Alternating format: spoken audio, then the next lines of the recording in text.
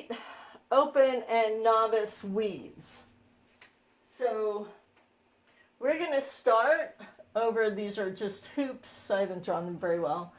And Spooner's going to be middle sit stand. I'm going to put him on a little bit of an angle so that he jumps so that he can go out there. I'm also going to add a little bit of a pressure point here so he doesn't turn into me right after the hoop. Although I don't think he will. Maybe I'll put that pressure point up here.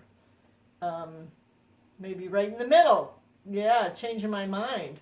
All right, so Spooner, who is going to be middle sit stay, or sit wait actually, is going to jump, go through the hoop, pressure point, go through the hoop, and as soon as he's coming through, I'm going to tell him to get your poles. So I'm going to add a little comment here.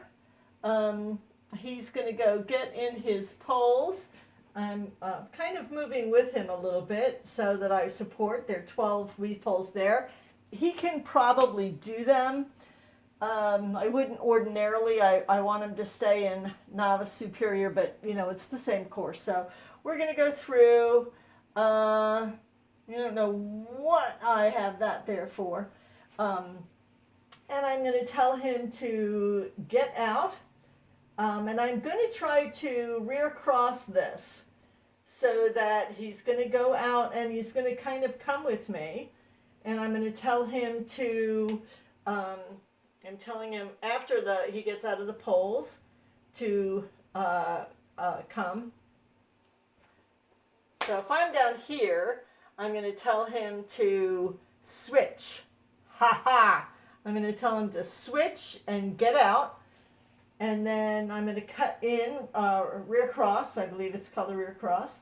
He's going to go through that hoop really nicely. I'm going to add a pressure point here, and I'm also going to tell him to come, go through. So as he's coming, I'm rear crossing. Go on. So another comment here, and a comment as he's going through, come get your poles.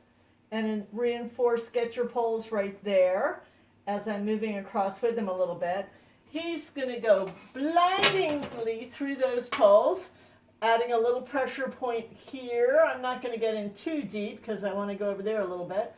And then I'm going to tell him to get in that tunnel, which he will do. I'm going to tell him as he's getting that tunnel to come around tunnel. So also go tunnel or come tunnel because we're coming in my direction. And then as he enters the tunnel, I'm going to, within those first three things right here, I'm going to tell him to switch and get out. I'm going to reinforce that here. Switch, get out, go through. When he's going through, I'm going to say, as soon as I think he can see it, I'm going to tell him, pressure point here, tell him to get in that tunnel. So I'm not going to go in there. I'm going to stick around here and tell him all that stuff.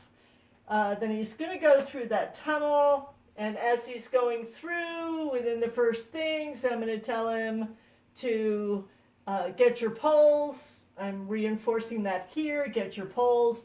Also using that same pressure point, he's going to go blindingly fast through those weave poles. And I'm going to follow him a little bit here. I'm going to tell him to, after the weave poles, come go through. And he's going to go through. And I'm going to tell him to switch and get out. As I'm kind of drifting along with him. So that we're doing the back line. I have another pressure point. I'm using that. Go through, which we have that comment there. And then go on. And I have to reinforce that a little bit because I don't have a really good go on. Go on, go through. Go on, go through. Enormously big party. Yay! Spooner! Spooner's the best. Okay, I think that we can get those.